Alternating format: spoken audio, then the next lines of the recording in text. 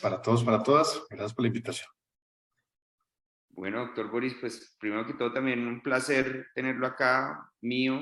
He escuchado algunas de sus conferencias y resultan bastante interesantes en un tema que a veces a los médicos, cuando nos volvemos especialistas y muchas cosas, pues termina siendo algo que debemos recordar constantemente y que definitivamente en la formación para un médico general resulta bien interesante.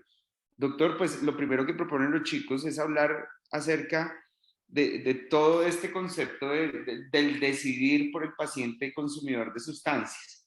Yo afortunadamente entré a una clase suya hace un tiempo de manera virtual y hablábamos del dilema de Cintia, que es un caso clásico de la bioética que yo creo que viene muy al lugar y nos da muchas luces de todo esto. Le cedo la palabra como para que usted desde este punto de vista pues aborde este tema, ¿no? Perfecto, claro que sí. Doctor González, pues aquí hay unos debates muy interesantes. Estamos de acuerdo en que en las últimas décadas se ha propuesto un cambio en el modelo de la relación médico-paciente en general, por supuesto, en un progresivo reconocimiento de la autonomía, de la agencia moral de todos, de las personas, de los pacientes, de los hombres, mujeres, niños incluso, que antes no tenían voz ni participación en la relación terapéutica. No obstante, hay contextos en los que todavía persiste lo que algunos autores llaman el paternalismo justificado, es decir, hay escenarios en los que tenemos que tomar decisiones, escenarios de urgencias, escenarios críticos, pacientes inestables, donde posiblemente no pueden ellos participar en esa toma de decisiones y tenemos que tomar decisiones que puedan beneficiar al paciente. Aparece el capítulo de la psiquiatría, de los trastornos de la esfera mental y de los trastornos por consumo de sustancias. Muchos autores todavía se preguntan si el paternalismo podría justificarse, por ejemplo, en el contexto de la atención a personas con trastornos por consumo de sustancias, con patrones de abuso, dependencia. Seguramente como todo en medicina y en la vida tendríamos que mirar el caso a caso. No hay respuestas generales, no hay respuestas universales, tendríamos que mirar el caso a caso, partiendo de una premisa, y es que en principio se debe presumir la capacidad para la toma de decisiones.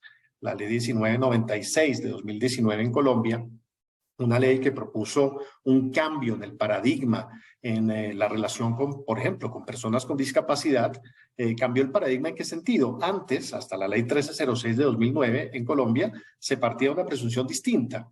La incapacidad se presume en el caso de personas con trastornos mentales, discapacidad, etcétera. La capacidad se tiene que demostrar. Ahorita es al revés.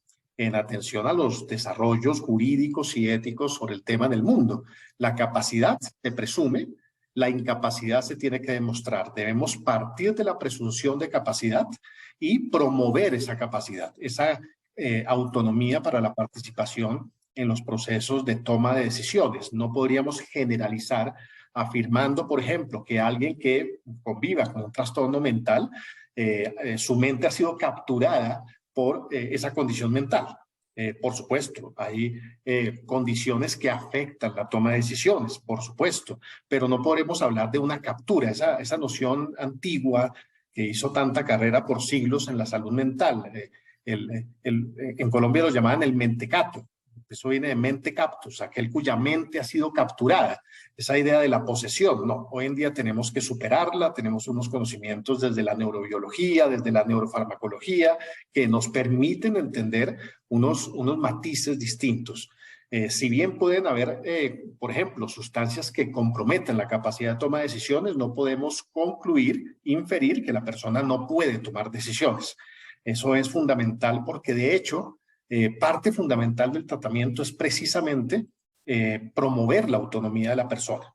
Necesitamos partir de la autonomía, necesitamos cambiar hábitos, necesitamos pasar de una fase de precontemplación a una fase de contemplación, es decir, en la cual la persona asuma que hay una conducta o que hay unos hábitos o que hay unos patrones que no se ajustan a su salud, a su proyecto de vida y necesitamos de su colaboración. Eso se aplica en cualquier esfera de la salud mental, trastornos de la conducta alimentaria, trastornos mentales, trastornos por consumo de sustancias. Necesitamos que el paciente gane introspección y eso no se puede hacer decidiendo por la persona.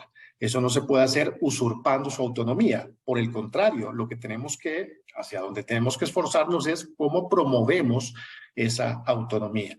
En ese sentido, hay estudios interesantes que han identificado cómo incluso pacientes con patrones problemáticos de consumo de sustancias fuertes como heroína, etcétera, necesitan también esa confianza y necesitan ese patrón de protección y de promoción de su autonomía para iniciar un proceso de cambio.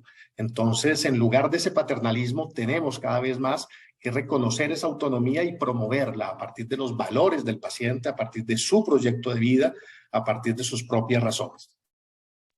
Así es, yo tal vez contextualizaría un poco más como lo que usted dice, hablando un poquito de la historia de la neurología, de la psiquiatría, y ahora en lo que vamos en el dilema de las adicciones. Si nosotros revisamos en la historia, las frenias o las convulsiones, las epilepsias eran entidades que requerían de una atención casi que religiosa y dogmática para el acompañamiento, para el seguimiento. Yo creo que con una visión basada en la evidencia que cada vez toma más lugar, le damos un contexto más clínico, un contexto más de trastorno a este tipo de entidades. Si bien esa fue una carrera muy fuerte que se luchó sobre todo desde la psiquiatría y que hoy por hoy hasta ahora en nuestro medio estamos viendo algún progreso, una disminución del estigma, por ejemplo, un reconocimiento de la enfermedad mental.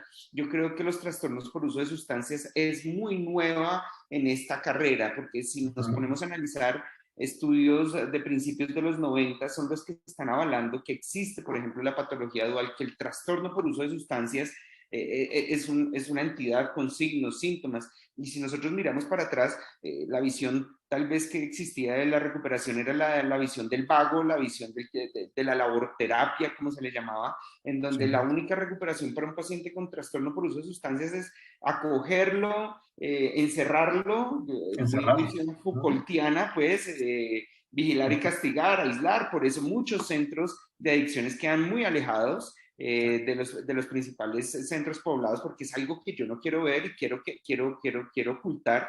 Y se sufrió mucho del maltrato, casi que era como estar preso versus estar tratado por un trastorno por uso de sustancias, era casi lo mismo. Yo también estoy en la visión del rehabilitar, comillas, o más bien de volver funcionar al paciente. Jamás vamos a volver funcionar a un paciente si yo lo procrastino, lo tengo proscrito en un centro y no le permito esa recuperación funcional. El decidir de un paciente la capacidad de continuar con un consumo, teniendo en cuenta que no haya un matiz de un retardo mental, unas frenias o un trastorno mental que lo limite, también es una decisión del paciente. Entonces, también es una decisión. Ese es el gran avance que, por ejemplo, nos hablaba Ricardo hoy con la charla de reducción al daño, lo que usted nos está diciendo, que el paciente también tiene la capacidad de decidir. Entonces, eso tiene un contexto histórico, un contexto moral, usted lo mencionó por los lados, entonces todavía seguimos juzgando bajo la moralidad de la religión que no se debe o políticamente es incorrecto y tenemos que dar ese viraje. Entonces, bien interesante lo que usted dice. Sí, hay una idea que hace un par de semestres estoy compartiendo con los grupos en tercer semestre en Medicina del Comportamiento y que hace parte de un capítulo que estamos trabajando para un libro que esperamos salga este año, por lo menos se termine este año, donde abordamos este tema, el trastorno por consumo de sustancias desde la bioética. Y hay un punto en el cual recurrimos a un filósofo, que es Harry Frankfurt, filósofo que por allá en los años 70 nos dijo que la autonomía, la libertad humana, el libre albedrío, constituye la articulación de dos tipos de deseos o de dos tipos de voluntades. Él las llama deseos de primer orden y deseos de segundo orden. Los deseos de primer orden hacen referencia al simple deseo de querer o no querer hacer algo y se corresponde con apetitos, actitudes instintivas de supervivencia, de alimentación, de reproducción, etc. Los deseos de segundo orden, dice él, corresponden a la esfera reflexiva, a la esfera de autogobierno, a la esfera que le permite al individuo, en este caso al ser humano, eh, encontrar razones para desear o no desear esos deseos de primer orden. Me explico. Yo puedo desear fumarme un cigarrillo. Ese es un deseo de primer orden. Es un deseo, es un apetito. Y hay toda una explicación neurobiológica sobre por qué se dan esos apetitos. Todo el día estamos, los seres humanos, los cerebros, estamos generando relaciones con el mundo, entre otras formas, a través del apetito. Pero es posible que tenga también unos deseos de segundo orden que me permitan encontrar razones, bien sea para rechazar ese apetito o para afirmarlo. Es decir, puedo desear, no desear fumarme un cigarrillo o puedo desear fumármelo. Bueno, cuando hacemos una analogía entre esa idea filosófica y la neurobiología, pues encontramos pues unos deseos de primer orden inscritos en todos los circuitos de anticipación de la recompensa, dopaminérgica, serotoninérgica, etcétera, mesencefálica, y encontramos unos deseos de segundo orden regulados, modulados, inhibidos desde la corteza prefrontal. Ese es un atributo humano. No todas las especies tienen ese atributo humano. La mayor parte de especies de vivientes no humanos pues tienen deseos de primer orden y respetan esos ciclos de apareamiento, instintivos, de alimentación, de hibernación. Se adaptan al medio de acuerdo a sus recursos. Los seres humanos tenemos ese componente filogenético que es la corteza cerebral, la corteza prefrontal, que nos permite modular, inhibir esos deseos de primer orden. Es decir, encontrar buenas razones para decidir hacer lo que hacemos. En ese sentido, no podemos solamente tratar el nivel mesencefálico de la adicción. Necesitamos, por supuesto, ayudar a que la persona encuentre buenas razones para ayudarnos en ese proceso de cambio, porque no hay otra forma de avanzar en un proceso de recuperación cuando hablamos de consumo problemático, un trastorno instaurado frente a las sustancias, si no es con el apoyo del paciente y también de su red de apoyo. Cuando usted menciona eso, yo también pienso en la semiología psiquiátrica entre la emoción y el afecto. La emoción siendo algo mucho más instintivo, que lo vemos en nuestros pacientes con consumo de sustancias, y cuando empiezan a hacer un deterioro cognitivo de la corteza prefrontal, se vuelven más emocionales que afectuosos, o lo que nosotros llamamos el afecto, que es un estado mucho más elaborado, donde tiene unas consecuencias funcionales y que hace parte de nuestro cerebro más desarrollado. Siento que no conocía la teoría, pero me siento totalmente identificado y hace una correlación clínica fundamental. Esperamos ese libro y que tenga una copia de eso para complementar los conocimientos que vemos todo el día en la clínica. Doctor, los chicos del grupo de profundización también nos hablan de la atención que puedan tener este tipo de pacientes en el hospital general. Entonces, ponían unos dilemas fuertísimos, la aceptación o donación de órganos sólidos por parte de estos pacientes o en contra de estos pacientes. Todos sabemos que algunas preguntas dentro del tamizaje de órganos es: ¿usted usa drogas inyectables? O sea, ya de plano hay un estigma y se ponen todas las sustancias psicoactivas casi en el mismo rasero, y lo que hemos tratado de hacer, por ejemplo, en nuestras clases en octavo semestre, en la rotación que yo recibo, es que la evidencia nos muestra que hay drogas o sustancias psicoactivas que tienen un impacto totalmente diferente, fisiológico, que permitirían hacer otro tipo de cosas, porque si lo hacemos así también deberíamos meter el alcohol, por ejemplo, dentro de estas sustancias. Entonces sí, todavía hay una visión muy moral y poco basada en la evidencia de esto, e impacta en los quehaceres clínicos de los pacientes. Entonces, ¿usted cómo analiza desde la bioética este quehacer?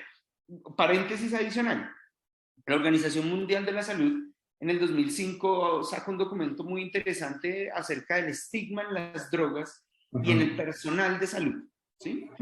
Y dicen, el documento textual, que uno de los estigmas que más sufren los pacientes consumidores de sustancias es el estigma en salud. Es el paciente que tal vez último se atiende en urgencias por su apariencia, porque es habitante de calle, porque es consumidor, entonces hay urgencias, más urgencias, y no tenemos en cuenta tal vez la condición clínica per se del paciente, y hace un llamado especial en corregir ese estigma en salud. Y yo creo que el esfuerzo que estaba haciendo aquí los chicos, usted con sus publicaciones, estas charlas que tenemos es precisamente para disminuir eso. Entonces, contextualizando todo eso, doctor, ¿qué opinión le merece todo este rollo?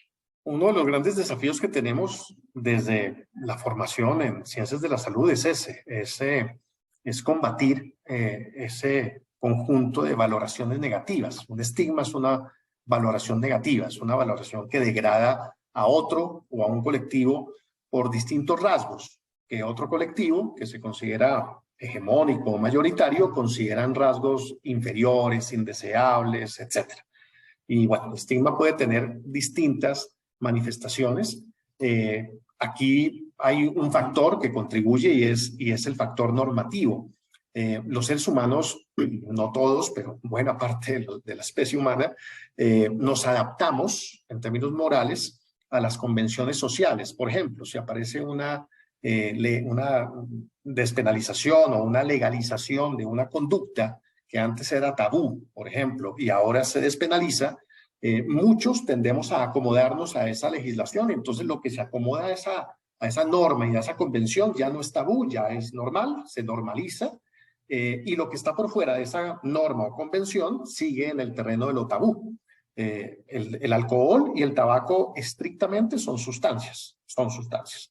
Son sustancias, el alcohol, por ejemplo, que tiene un impacto sobre la salud pública y la salud de los individuos, pues gravísima. O sea, si uno mira estudios en salud pública, pues en términos netos es posible que el impacto del alcohol sea mayor que el de otras sustancias, por ejemplo, en términos de abuso, en términos de accidentalidad, de trauma, etcétera, etcétera.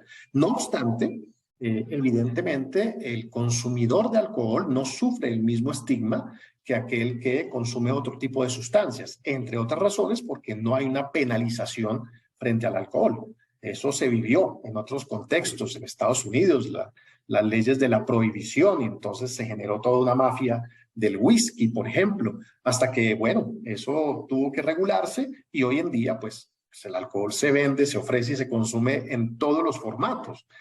Incluso hay toda una cultura en torno al vino, en torno a la cerveza, hace parte de las comunidades, etcétera, etcétera. Entonces, el consumidor de alcohol no se expone al mismo estigma que el consumidor de otras sustancias. Por un lado, hay un tema normativo. Entonces, como no está penalizado, como la ley no está penalizado, entonces lo que era tabú, pues ahora es algo normalizado. Por otro lado, creo que hay un gran desconocimiento y debemos partir de nuestro desconocimiento como profesionales de la salud. Tendemos a la generalización, tendemos sí, a meter en un mismo saco todas las sustancias, como si fueran equivalentes el cannabis, la cocaína, las drogas de síntesis, etcétera. Y bueno, cada sustancia tiene sus peculiaridades, su metabolismo, sus patrones, sus interacciones, sus posibilidades de tolerancia o adicción. Bueno, es un cuadro demasiado heterogéneo. Tendemos a la generalización. Como decía Paracelso, no hay drogas, o mejor, decía, no hay remedios y venenos, lo que hay son dosis. La dosis y los rangos de seguridad farmacéutica en el consumo de ciertos opioides tiene una indicación médica, pero en el contexto de la heroína, que es un derivado, pues, de la misma fuente, pues es un contexto totalmente distinto. Una cosa es la heroína y otra cosa es, por ejemplo, la hidromorfona. Entonces, tenemos la obligación de conocer mejor las sustancias. Muchas veces nos acercamos a estos fenómenos desde el tabú porque no conocemos, porque no tenemos un conocimiento. Entonces tenemos desde las ciencias de la salud que empaparnos mucho más de esto y generar pues esta pedagogía precisamente. Nosotros contribuimos al estigma porque nosotros mismos no estamos suficientemente formados en la heterogeneidad de las sustancias, de los comportamientos y de los trastornos. Entonces, un mayor conocimiento de las sustancias quizá nos pueda ayudar en mejorar los procesos pedagógicos de cara a la comunidad. Creo que hay que empezar por nosotros. Muy bien, muchas gracias.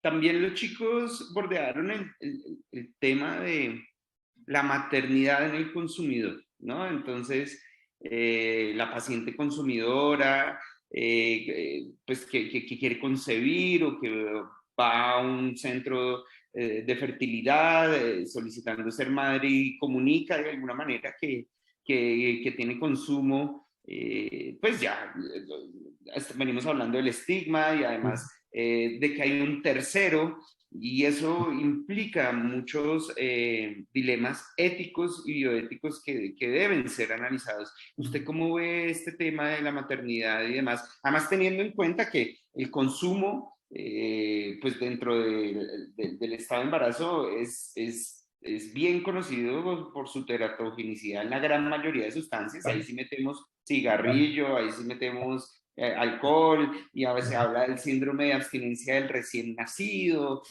un montón de cosas. Ahora, también quiero hacer las salvedades de la neurobiología. El estado materno es un estado neurobiológico a su vez tan fuerte y desde la psicología tan fuerte que muchas mamás uno las ve entrando en una abstinencia de sustancias bien complicadas solo por el hecho de ser madres. Sí. Y a veces nos hablaba la psicología forense y la psiquiatría forense que una madre que siga con su consumo dentro de la maternidad es una madre con un trastorno mental que hay que también Intervenir. evaluar y no dejar de lado. Entonces, también esto entraría casi que en una minucia, en un pequeño número de mujeres, pero ¿qué hacer en esos casos? ¿Cómo lo ve usted? Hay una ley en Colombia, la Ley para la Prevención del Síndrome de Alcoholismo Fetal. Es una ley del año 2010 y es una ley que parte de un principio: proponer acciones afirmativas de promoción y prevención para la gestión de este riesgo de síndrome de alcoholismo fetal. Parten de ahí, acciones afirmativas. Eso implica pedagogía, eso implica buena relación terapéutica, eso implica diferir el uso de la fuerza. El uso de la fuerza no suele tener buenos desenlaces.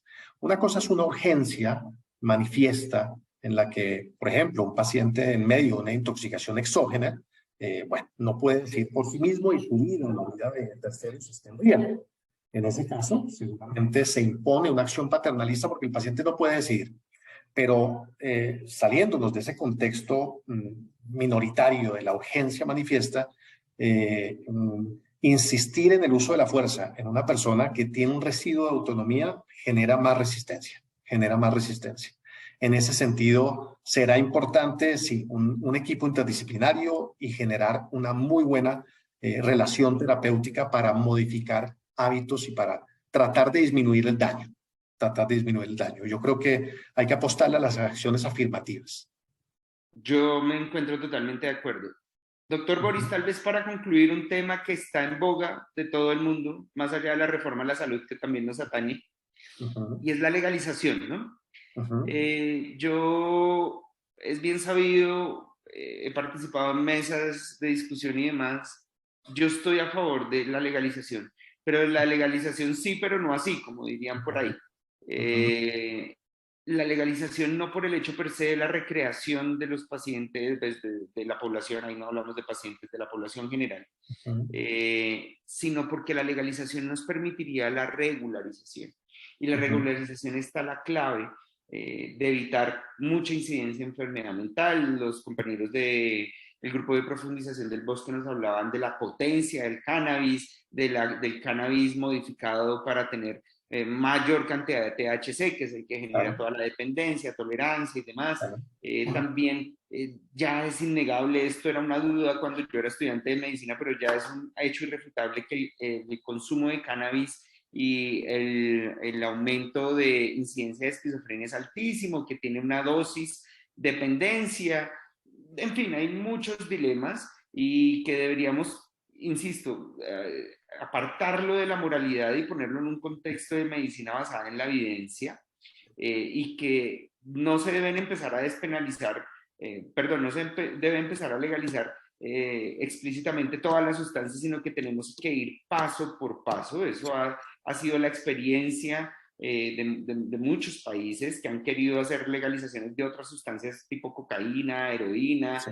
tal vez la experiencia en Holanda, los Uh canadienses -huh. también son muy abiertos a este tipo de temas y Uh -huh. debemos tener en cuenta la experiencia que tienen otros países acerca del tema, ¿no? Sí. El primer paso nos lo recomiendan la mayoría de de grupos investigadores en legalización es la descriminalización, es la capacidad de yo ser tolerante con el consumidor. Y si nosotros miramos hacia adentro y en nuestros medios y tal vez dentro de nuestros centros poblados en Colombia, ese paso todavía no se ha dado, estamos apenas en construcción, entonces tal vez estamos acelerando un proceso y no me voy a meter con intereses económicos y no me voy a meter con teorías conspirativas, pero sí de alguna manera estamos llevando un camino bastante acelerado. Debemos primero ser tolerantes con las sustancias, debemos entender que hay consumidores. Sé que hemos avanzado en el tema, tal vez hace unos 20 años que alguien dijera abiertamente que fumaba marihuana era estigmatizado moralmente, etcétera. Hoy tal vez sean unos espacios, hay unos clubes canábicos, hay unas marchas canábicas que realmente van en la vía de la legalización. Pero tal vez estamos acelerando el proceso y tal vez estamos queriendo meter otras sustancias. El presidente Gustavo Petro dijo, oiga, quiero analizar el tema de la cocaína. Y a mí me parece peligroso porque si no hemos despenalizado primero la marihuana recreativa, ¿cómo nos vamos a pasar a la cocaína? Entonces, ¿qué opinión desde la bioética nos merece esto? Sí, es un escenario donde hay muchos valores y muchas tensiones en conflicto y donde no hay respuestas ni fáciles, ni universales, ni absolutas. En todo este escenario tenemos que pensar en un enfoque basado en la evidencia, en un enfoque de salud pública y en un enfoque de reducción de daño y en un enfoque pragmático, no idealista. Lo idealista para algunos es que no hubiera ningún consumo. Lo idealista para otros es que no hubiera ninguna restricción sobre el consumo. Es decir, hay defensores acérrimos de los estados alterados de conciencia, desde Miguel Escotado, bueno, toda la onda, Timothy Leary, toda la onda hippie de los 60 en California. Es decir, hay idealistas en ambos bandos. Pero en este sentido, creo que hay que evitar los extremos. En el caso del cannabis, por ejemplo, yo insisto en que a veces caemos o en una cannabinomanía o en una cannabinofobia. Igual pasa con los opioides, ¿sí? Una opioidofobia, y entonces los pacientes que lo necesitan no pueden acceder a él, o una opioidomanía. Y bueno, ya vemos lo que ha pasado con la crisis de los opioides en Norteamérica. Ninguno de los extremos es razonable. No podemos desconocer, por ejemplo, las bondades terapéuticas que siguen en investigación en el caso de cannabis medicinal, pero tampoco podemos desconocer lo que significa el consumo de ciertas dosis de THC en población adolescente, su riesgo de enganche y su riesgo de eventos psicóticos. Eso está demostrado también desde la evidencia.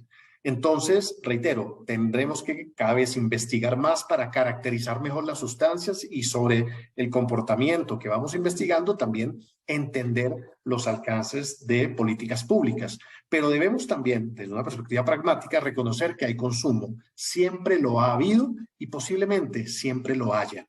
El cerebro humano se relaciona con el mundo de muchas formas, se relaciona con las sustancias del mundo y encuentra beneficios catárticos, rituales, hedónicos. Bueno, no podemos moralizar esas relaciones que el cerebro establece con las sustancias. Tenemos que conocer las sustancias y pensar en cuáles son las decisiones más razonables.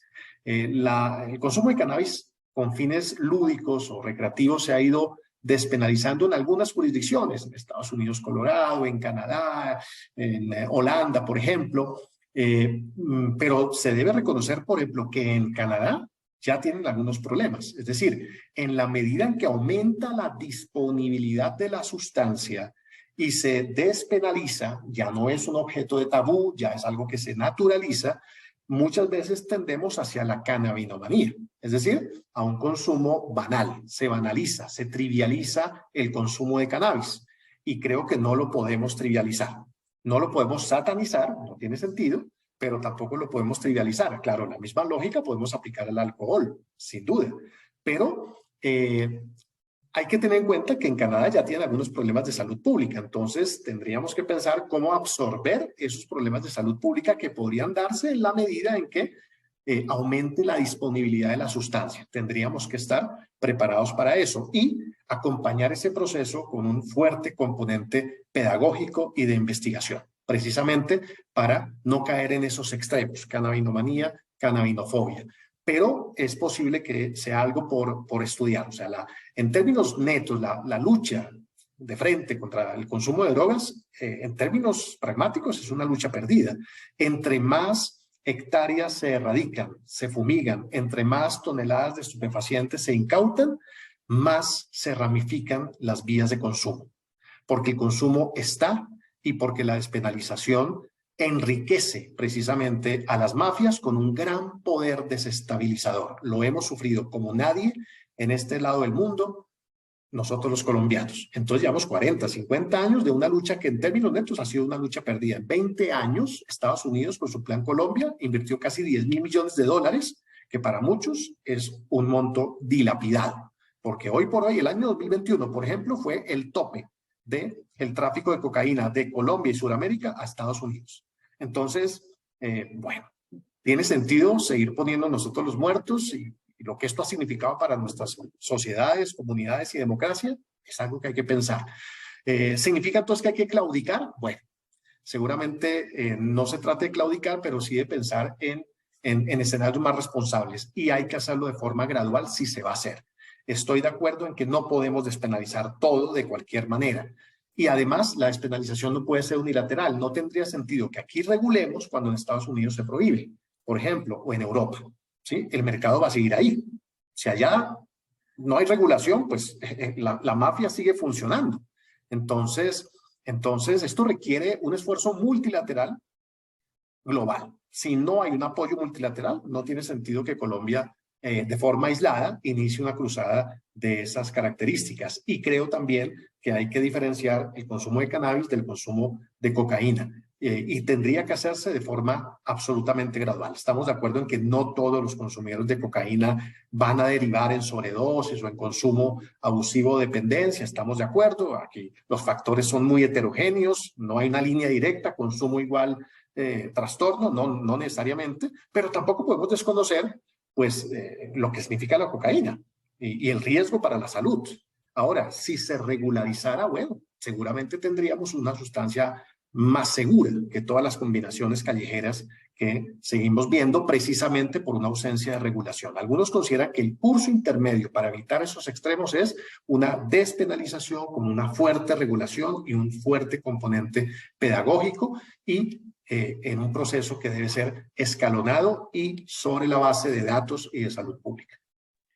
Absolutamente de acuerdo, y aquí es a donde nos volvemos reconocedores de que esto es un esfuerzo multidisciplinario, que esto sin políticas públicas, sin la articulación de un sistema de salud, sin la ciencia, nosotros llevados a ofrecer la evidencia, pues esto se vuelve un ideal y casi una utopía. Exacto, exacto.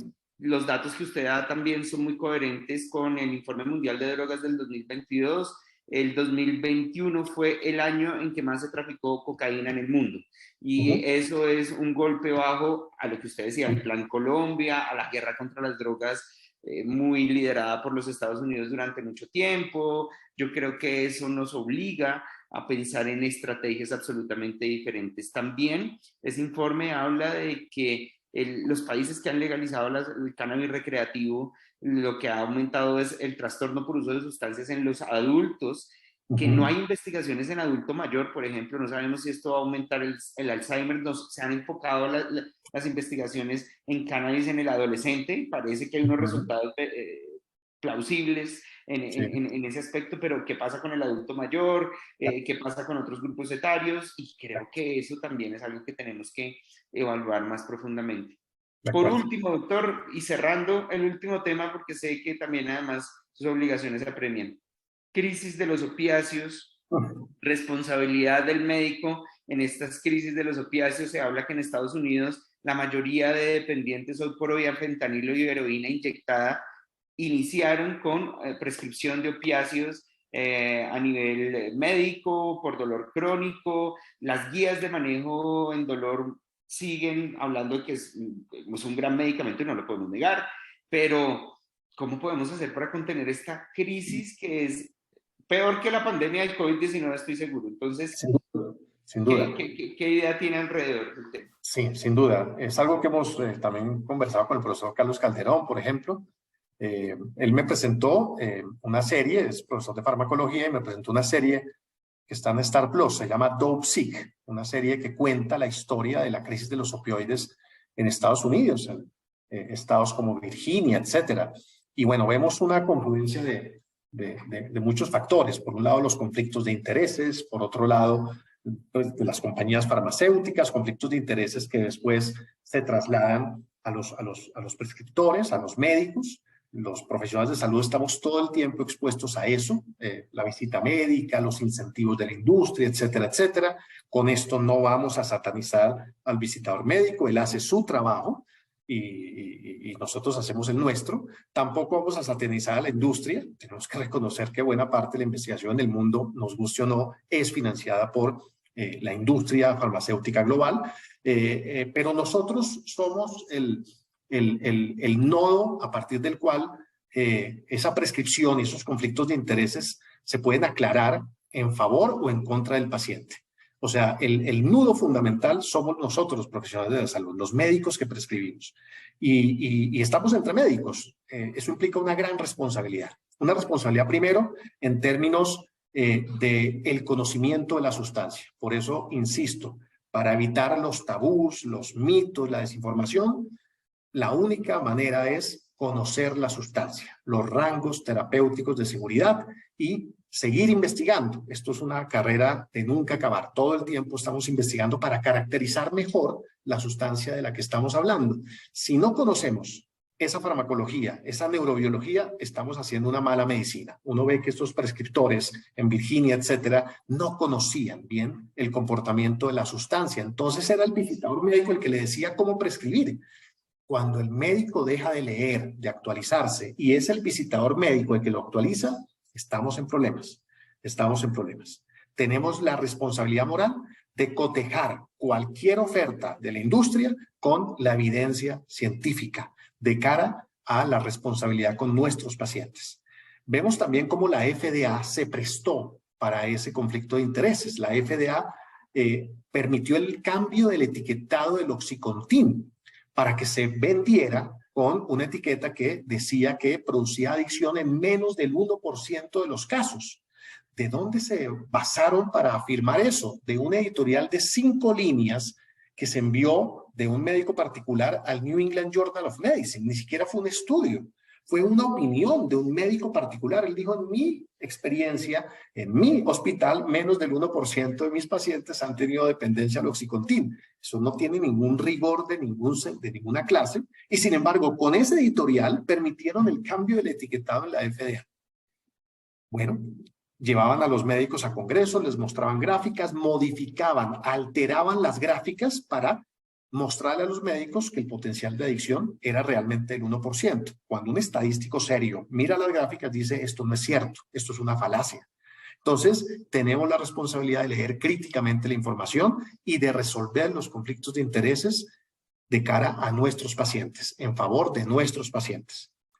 Llevamos ya casi 20 y pico de años. El año pasado hubo días donde hubo 120 muertos por la crisis de los opioides. Esto es una crisis de salud pública de unas dimensiones catastróficas. Y llevamos ya más de 2 décadas y no se ha logrado resolver. Del Oxycontin pasaron a opioides sintéticos tipo fentanil, etcétera. Y bueno, esto es una barbaridad. Pero ¿dónde empieza? Conflictos de intereses y falta de rigor y falta de criterios éticos en los prescriptores para prescribir un medicamento que es muy útil, pero que tiene sin duda un potencial de adicción mucho mayor al 1% si no está bien indicado. Quiero agradecerle su compañía, doctor Boris. La verdad, un placer, primero, tener tantos puntos de confluencia, casi todos, pues escucharlo usted con todo el rigor científico y demás. Gracias por estar aquí, por permitirme este debate con usted. No, gracias a ustedes, un honor. Muchas gracias. Bueno, muchas gracias también al grupo de profundización del Rosario, a los otros acompañantes que nos acompañan el día de hoy. Les cedo la palabra a los organizadores. Muchas gracias por invitarme nuevamente, por tenerme en cuenta para esta charla. Muchos éxitos. Muchas gracias. Muchísimas gracias, doctores, por habernos acompañado en esta última actividad. Agradecimiento especial al doctor Boris Pinto, por sus aportes. Y agradecimiento también al doctor Jeffy por todo el apoyo y logística que nos ha colaborado durante el evento y durante el proceso de este proyecto. Nuevamente agradecemos a todos los colaboradores, tanto de la Universidad del Bosque y la Universidad de los Andes. También agradecemos a la Universidad de Rosario y a los docentes que nos acompañaron en la producción de las charlas. Nuevamente, pues esto nos lleva a la culminación de nuestro tercer simposio del Grupo de Interés en Psiquiatría, basado en sustancias y adicciones. Agradecemos nuevamente a los espectadores y a las personas que nos acompañaron al día de hoy y a nuestros expositores por charlas tan extremadamente académicas y de alta calidad que se nota una excelente labor en ellas. Esperamos encontrarnos en una próxima ocasión. Les deseamos el resto de un feliz día y muchas gracias por acompañarnos.